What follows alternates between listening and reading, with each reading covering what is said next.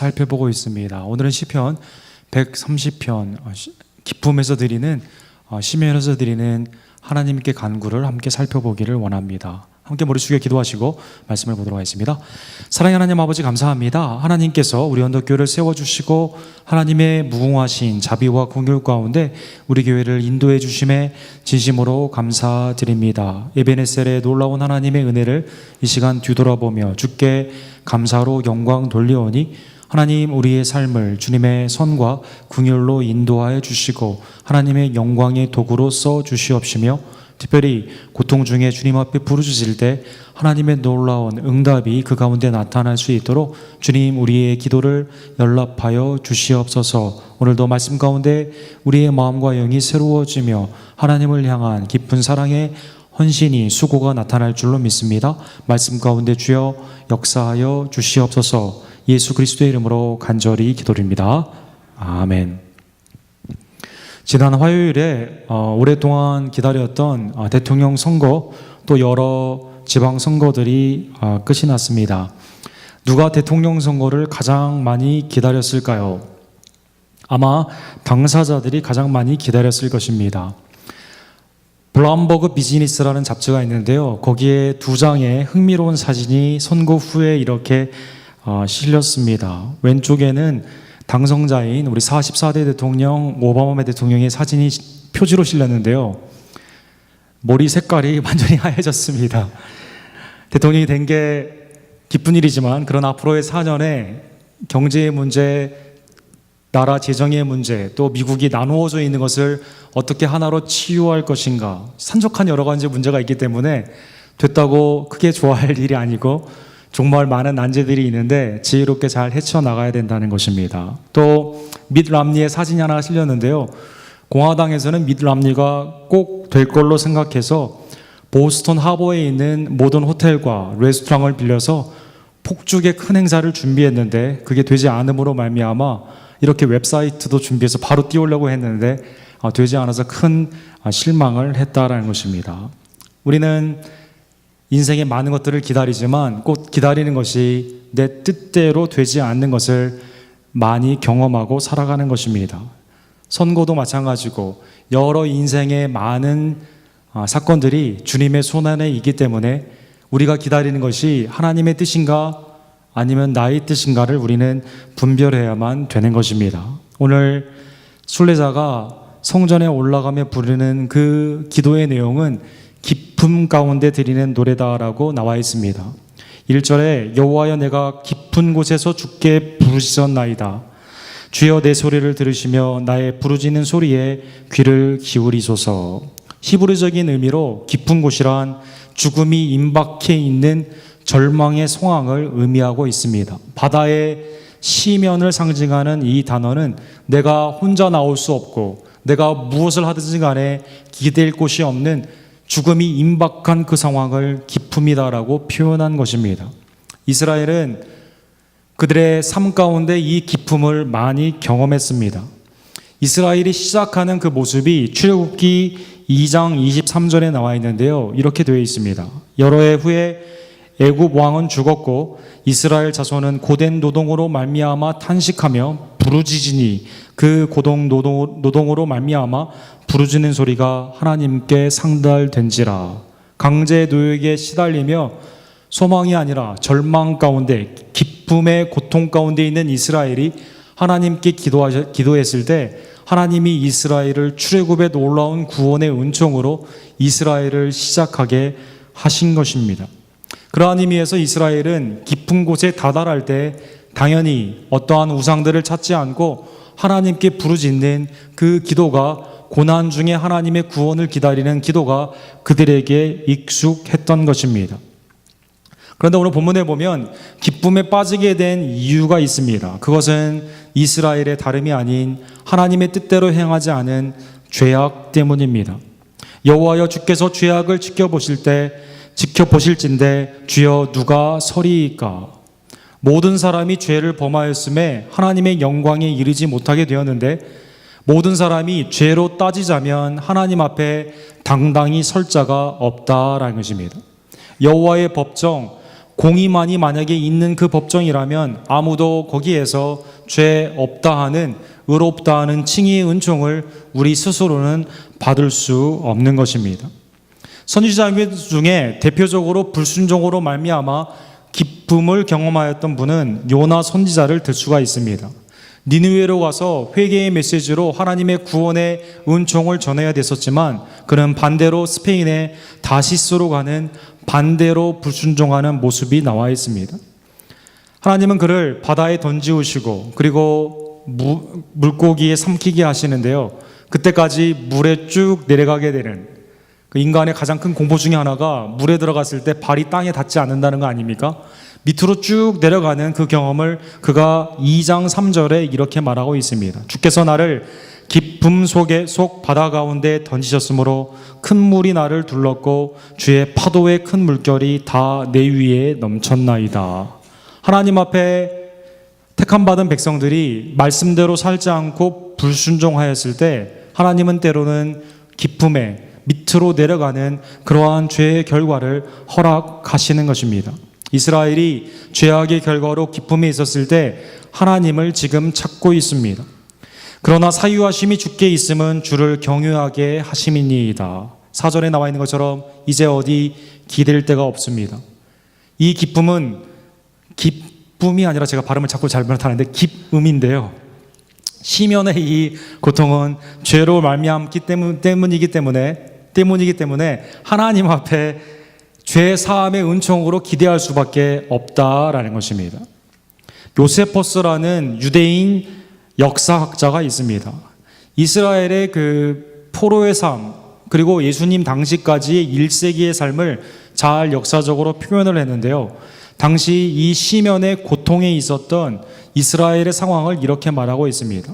아수르, 바빌론, 페르시아, 또 그의 헬라와 로마에 이르기까지 장기간의 긴 식민지 삶 가운데 이스라엘에게는 아무런 주권적인 소망, 하나님이 다스린다라는 그러한 주권적인 소망이 그들에게는 없었던 것입니다. 정치적으로 자유가 없고 경제적으로는 타락했으며 극소수의 사람만이 그 다스리는 나라에 결탁을 하여 부유한 생활을 하고 나머지 90%의 극빈자들이 이렇게 생활을 하게 되는 모습이 있었던 것입니다. 전쟁과 노역으로 젊은이들은 희생이 되고 과부와 고아들이 넘치는 절망적인 상황을 그는 그의 책에 잘 표현했던 것입니다. 여러분, 요세포스나 많은 당시에 있는 기록에 보면 예수님이 어디에 가든지 수천 명, 수만 명의 사람들이 따라다녔다고 말을 하죠. 사회학적으로는 당시에 일하는 사람이 거의 없고 많은 사람이 궁핍하였기 때문에 예수님이 주시는 그 은혜, 먹을 것과 병을 나아주게 하시고 또 귀신을 내어줘 주시는 그 은혜를 보며 일터가 없는 많은 사람들이 그에게 희망을 보고 따라다녔던 것입니다. 기쁨의 죄악 가운데 이스라엘은 하나님만 지금 의지하고 있습니다. 5절과 6절에 보면 그래서 이 순례자는 이스라엘 백성들은 하나님을 기다리십니다. 하나님은 이스라엘을 구원하시고 속량하시는 분이시기 때문입니다. 죄를 사유해 주시며 하나님의 용서의 말씀이 그들에게 임하게 되면 그들이 구원을 받는 줄을 그들이 알고 있었기 때문에 파수꾼이 아침을 기다리는 것보다 밤에 불안함 가운데 있다가 아침이 간절히 오기를, 안전의 아침이 오기를 기다리는 파수꾼보다 더 하나님의 말씀을 지금 기다리고 있는 것입니다. 목마른 사슴이 시냇물을 찾아 그 갈증의 갈망으로 하나님을 찾는 것처럼 파수꾼이 아침을 기다리는 것보다 더 승하게 지금 하나님을 기다리고 있는 것입니다. 하나님은 어떤 분이시기에 이스라엘의 그토록 고난 중에 하나님을 기다렸을까요? 미가 선지자는 7장 8절에 하나님을 이렇게 정의하고 있습니다. 주와 같은 신이 어디 있으리이까? 주께서는 죄악과 그 기업의 남은 자의 허물을 사유하시며 인애를 기뻐하심으로 진노를 오래 품지 아니하시니이다. 하나님은 누구냐? 하나님의 진노 가운데 있지만 그래도 하나님의 자녀가 주께로 돌아오게 되면 진노를 푸시고 인애와 자비 가운데 죄를 사유하시는, 용서하시는 하나님이시다라는 것입니다. 시편의 기자는 이제 희망 가운데 하나님을 함께 기다릴 것을 촉구하고 있습니다. 이스라엘아 여호와를 바랄지어다. 여호와께서는 인자하심과 풍성한 속량이 있음이라. 그가 이스라엘을 그의 모든 죄악에서 속량, 죄를 대신하여 어떠한 것을 받으심으로 제사를 통해 또 오시는 메시아를 통해 이스라엘을 죄에서 구원하시는 하나님이시기 때문에 그를 함께 기다리자라고 한 것입니다. 성경은 하나님의 뜻이 분명히 이루어지기 때문에 되느냐 안 되느냐의 문제가 아니라 언제의 문제이기 때문에 항상 성도들에게, 백성들에게 기다릴 것을 말씀하십니다. 그러나 인간은 내 시간에 내 뜻이 이루어져야만 됩니다. 그게 이루어지지 않으면 다른 방법을 강구하는 것입니다. 하나님은 아브라함을 부르시고 76세에 있는 그분에게 이삭을 약속해 주셨습니다.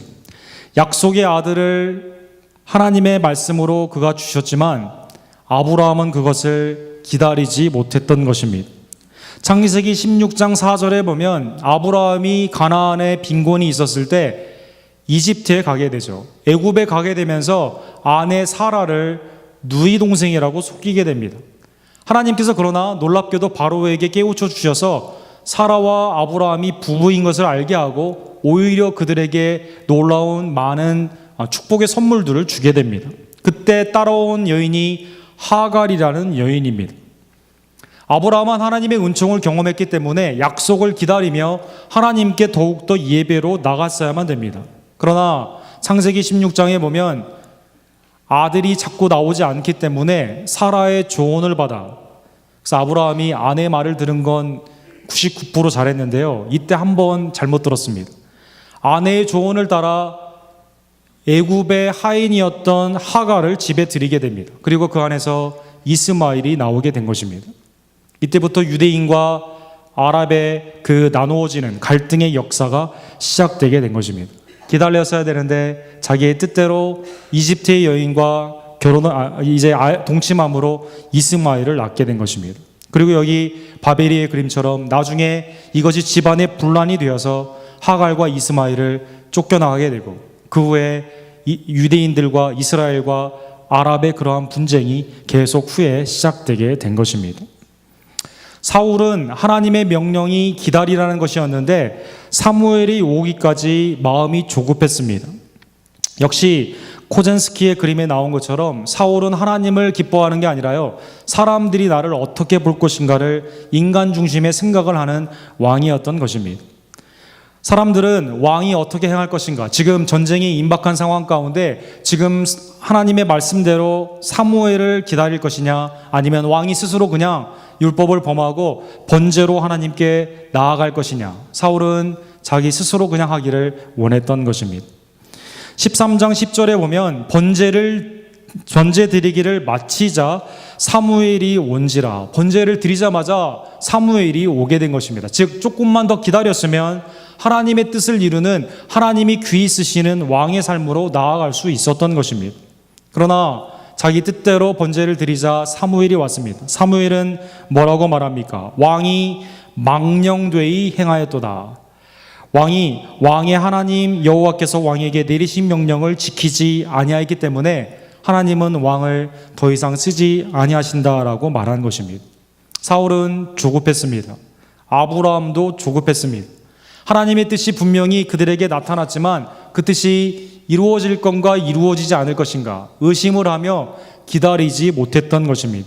그래서 내 뜻대로, 눈에 보이는 대로, 내 마음대로 했기 때문에 하나님의 그 역사를 그들이 그 가운데 동참하지 못하게 된 것입니다.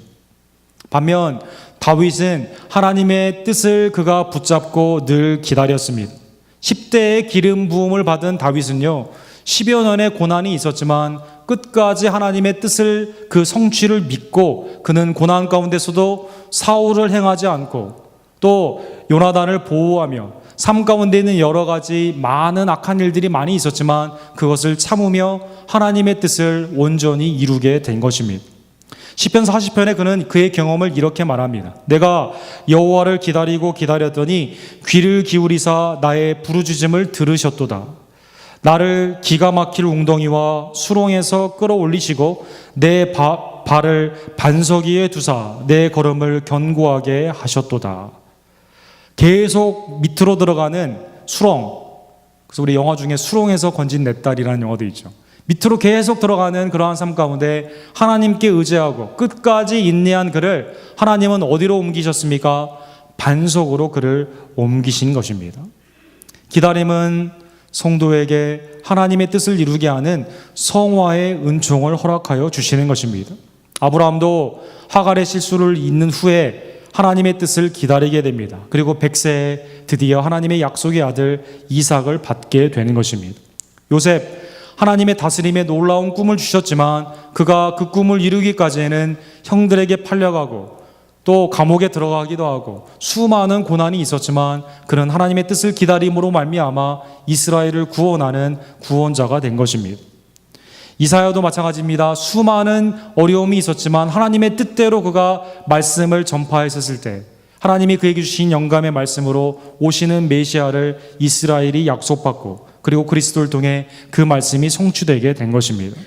세례요한을 통해 자기가 그리스도가 아니라 오시는 그리스도를 증거함으로 말미암아 세례요한은 이 땅에서 가장 큰 자라 하는 칭찬을 받게 된 것입니다. 사랑하는 성도 여러분, 하나님의 약속은 너무나 분명합니다. 그 약속은 그대로 이루어집니다. 그러기에 성도는 어려운 일이 있다 하더라도 인내 가운데 하나님의 약속을 의심하지 않고 기다려야만 되는 것입니다. 기다림은 우리의 삶의 군더더기를 없애줍니다. 기다림은 나의 삶의 정체성을 확인해 준다라는 것입니다. 성경은 하나님을 기다렸던 많은 사람들의 역사로 이어져 나가고 있습니다. 시므온과 안나라는 분은 성령의 계시 가운데 이스라엘의 속량을 바라며 성전에서 기도하던 분들이었습니다. 그런데 성전에 누가 들어옵니까? 8일 만에 정결을 행하긴 할례와 정결을 행하기 위해서 성전에 들어오신 예수 그리스도를 뵙게 된 것입니다. 시므온은 이렇게 고백해요. 시므온이 아기를 안고 하나님을 찬송하여 이르되 주제여 이제는 말씀하신 대로 종을 평안히 놓아 주시는도다. 수많은 인생의 고난 가운데 이스라엘의 위로를 기다리며 성령의 계시 가운데 반드시 네가 그 메시아를 보리다 약속을 붙잡고 있던 시므온에게 예수님이 오신 것입니다. 과부의 엄청난 긴 생활 가운데 소망이 없이 살아가던 안나에게 성전에서 붙잡고 기도하던 그에게 예수님이 나타나셔서 그에게 큰 위로함을 주셨다라는 것입니다. 예수님을 따라다녔던 제자들에게도 예수님이 승천하시며 이제 너는 사역을 지금 즉각하라라고 하지 아니하시고요.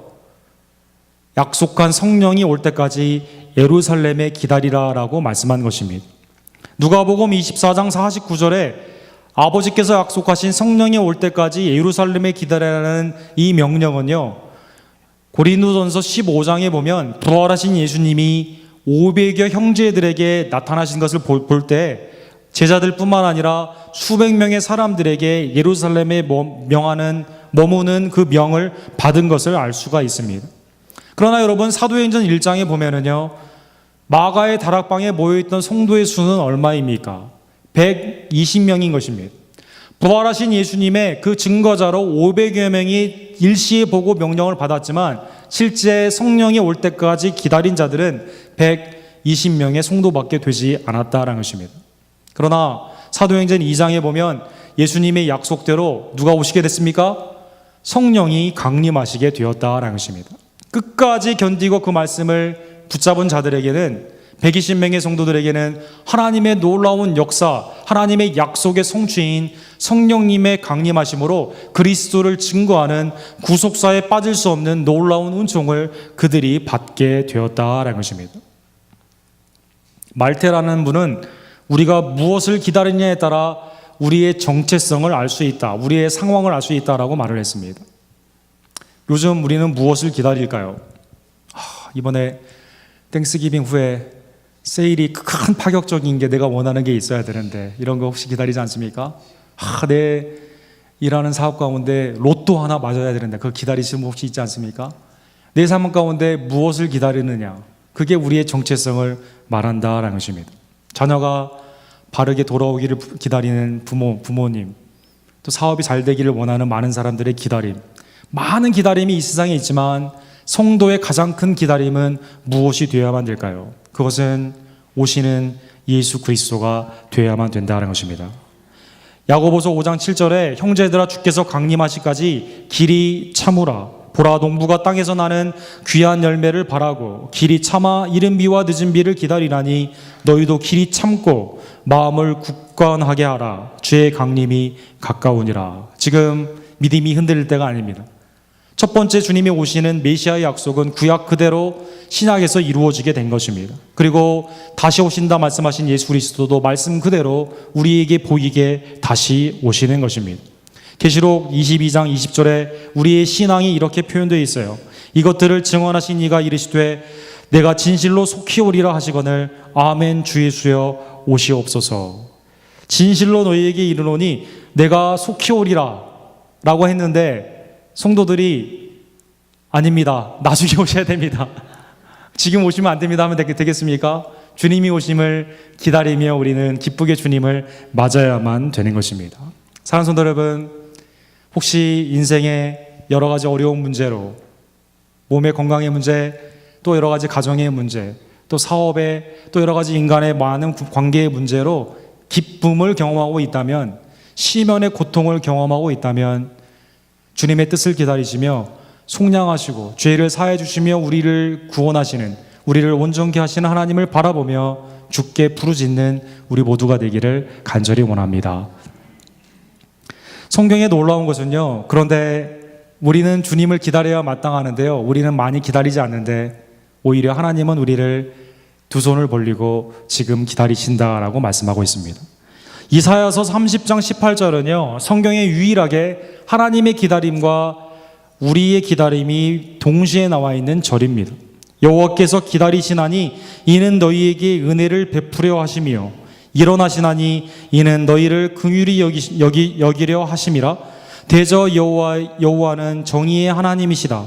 그를 기다리는 자마다 복이 있도다라고 말씀하셨습니다. 지금 하나님이 기다리십니다. 왜 기다리세요? 은혜를 주시기 위해 기다리신다는 것입니다. 지금 하나님이 보좌에 앉아 계신데요, 일어나서 기다리시는 겁니다. 왜 일어나서 기다리실까요? 인자를 베풀기 위해 긍휼로 우리를 기다리고 계십니다. 우리가 돌아오기를 기다리고 계시는 것입니다. 베드로후서 3장 9절에 많은 이단들이 주님 다시 오시지 않는다, 그 약속 헛된 것이다, 산천도 그대로 있고 아무도 오지 않는다라고 말을 할 때 베드로 사도는 이렇게 말씀하세요. 주의 약속은 어떤 이들이 더디다고 생각하는 것 같이 더딘 것이 아니라 오직 주께서는 너희를 대하여 오래 참으사 아무도 멸망하지 아니하고 다 회개하기에 이르기를 원하시느니라. 주님은 우리를 기다리십니다. 은혜를 주시기 위해 기다리십니다. 기다리시는데 일어나서 기다리십니다. 긍휼을 주시기 위해 기다리십니다. 그러면 우리가 어떻게 하기를 기다리실까요? 주께 회개하며 돌아오기를 원하시고 계시는 것입니다. 사랑하는 성도 여러분, 기쁨의 경험 가운데 하나님께 부르짖으며 주님을 기다리는 우리의 삶이 동시에 거꾸로 나도 주님께 돌아가야 되는, 나를 기다리시는 주님 앞에 안겨야 되는 회개의 시간임을 깨닫는 우리 모두가 되기를 간절히 원합니다. 주님이 다시 오심을 기다리는 우리들은 회개와 주님께 돌아가는 헌신으로 주님 앞에 가야만 된다라는 것입니다. 마지막으로 렘브란트의 예화를 들고 설교를 마치도록 하겠습니다. 네덜란드의 가장 최고의 국보로 여겨지는 렘브란트라는 화가는 우리에게 많이 알려져 있습니다. 어렸을 때부터 재능이 인정을 받았기 때문에 이분은 당대 자기가 부르는 값으로 그 미술품을 파는 유일한 화가였다라고 합니다. 그의 마지막 유산적인 작품 중에 하나가 돌아온 탕자입니다. 러시아의 에미르티유에 있는 이 그림은 사실은 그의 인생의 마지막을 점검하며 그가 7년여 동안 그린 그림이라고 합니다. 그가 한참 잘 나갔을 때는 교만하였기 때문에 학생을 받지 않았다고 해요. 학생을 받더라도 굉장히 많은 돈을 가지고 와야 그냥 한번 터치를 알려줄 정도로 그렇게 교만했다고 합니다. 그는 방탕했다고 합니다. 많은 건물들 안에서 많은 파티를 하며 돈을 물쓰듯이 쓰는 가장 비싼 화가이며 돈을 가장 많이 낭비하는 화가였다고 합니다. 그런데 그는 그렇게 돈을 쓰다 보니, 돈을 낭비하다 보니 파산을 하게 되었습니다. 그가 사랑하던 아들 디도가 자기보다 먼저 죽게 됐습니다. 그리고 아무도 그의 그림을 사는 사람은 없었던 것입니다. 그리고 그는 그러한 인생의 기쁨, 가장 로이스트 포인트의 그림을 그리기 시작한 것이 돌아온 탕자인 것입니다. 돌아온 탕자를 그리며 63세에 그가 돌아가게 되었는데요. 여기에 대한 그의 인생의 해석, 사람들이 물었어요. 이 그림 중에 당신은 누구입니까? 라고 물으니까 무릎을 꿇고 있는 돌아온 탕자가 자신이라고 말했다고 합니다. 돌아온 탕자의 그림을 자세히 보시면 무릎을 꿇고 있는 돌아온 탕자, 누가복음 15장에 여러분 잘 알고 있죠. 아버지의 유산을 탕진하고 돌아온, 그리고 죄수처럼 머리가 깎여 있고요, 신발도 한 짝밖에 없는 정말 비참한 그 모습으로 아버지께 무릎을 꿇고 있습니다. 그의 형은 오른쪽에 아버지와 똑같은 부자의 옷의 색깔을 입고 별로 감정의 기복이 없이 멍멍이 동생을 바라보고 있습니다. 그런데 아버지는 그렇지 않습니다. 아들을 얼마나 기다렸는지 아버지의 눈은 오히려 눈빛이 없을 정도로 희미해져 있습니다. 그는 아들을 안아주는데 그 자세가 아들을 축복하는 자세로 되어 있는 것입니다. 왼손과 오른손이 짝짝이로 그려져 있습니다. 왼손은 준엄한 공의를 상징하는 하나님의 그 강한 그 모습이 나와 있고, 오른손은 상처를 치유하듯 쓰다듬어 축복하는 어머니의 손처럼 가냘프게 그려져 있는 것입니다. 아버지는 아들이 오는 것을 기다리며 아들이 돌아왔을 때 그를 반겨주며 축복하고 있는 것입니다. 아무에도 의지할 데 없는 렘브란트의 생애 가운데 수많은 것들을 누렸지만 아무것도 남지 않은 그 상황 가운데 그는 그의 인생을 돌아온 탕자의 모습에 자기를 비추어 하나님께 기대기를 원했던 것입니다. 그의 묘비에는 아무런 글씨도 쓰여져 있지 않다고 합니다. 그가 의지할 곳은 오직 하나님뿐이었기 때문에 아무것도 써주지 말라고 했다라고 합니다. 인생의 업적, 번 돈, 수많은 자기가 했던 많은 것들이 묘비의 소용이 그에게는 없었던 것입니다. 사랑하는 성도 여러분, 이 그림 안에 우리는 어디에 있어야만 될까요? 이 그림 안에 우리도 아버지 품에 안기는 탕자의 모습으로 우리가 죽게 돌아가기를 간절히 원합니다. 오든지 말든지 서 있는 그 형의 모습이 아니라 주님의 인자하신 품에 아무도 거절하지 아니하시고 인생의 기쁨, 시면 가운데 부르짖을 때 죄를 사유하여 주시며 우리를 반겨주시고 안아주시는 하나님의 품 안에 안기는, 기다리시는 하나님께 돌아가는 우리 언덕교회 모든 손님들이 되기를 간절히 원합니다. 기도하겠습니다. 사랑의 하나님 아버지, 감사합니다. 오늘 복음 여호와께서 기다리시되 우리에게 은혜를 주시려 하시고 또 일어나시되 우리에게 긍휼히 여겨져 주시기 위해서 일어나시는 하나님의 그 놀라운 그 자비와 긍휼의 은총에 진심으로 감사드립니다. 약속한 죄에서 사유하시는 구원주 메시아 예수 그리스도를 저에게 보내주시며 또한 우리에게 다시 오시는 예수 그리스도를 기다리라고 명령하신 하나님의 음성을 이 시간 듣습니다. 주님, 주님의 재림을 기다리며 지금이 바로 구원의 때이며 주님 앞에 안겨야 될 때임을 다시 한번 깨닫고 죄에는 돌아서서 주님 앞에 돌아가는, 그러므로 말미암아 하나님의 은혜의 품 안에 안기는 기쁨과 사랑의 귀한 성도의 삶이 될 수 있도록 주여 역사하여 주시옵소서. 우리 언덕교회가 십자가의 보혈을 다시 한번 깨닫고 주께 의지하는 많은 은혜의 성도님들이 충만한 교회가 되기를 간절히 원합니다. 주께 돌아오는 것을 가장 기뻐하는 교회, 주님 안에서 십자가의 보혈의 능력이 회복되는 교회로 주님 우리 언덕교회 성도님들과 모임을 축복하여 주시옵소서. 예수 그리스도의 이름으로 간절히 기도드립니다. 아멘. 주신 말씀은 기억하시면서 363장 1절과 2절 우리 찬양 드리도록 하겠습니다.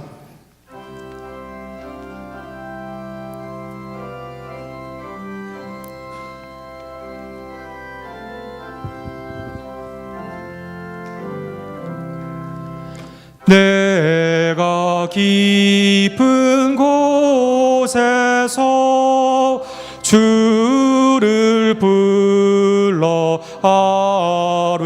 아뢰니 주여 나 나의 간구를 들어주심 바라고 보좌 앞에 나가니 은혜 내려 주소서. 주가 죄를 살피면 누가 능히 서리요. 오직 주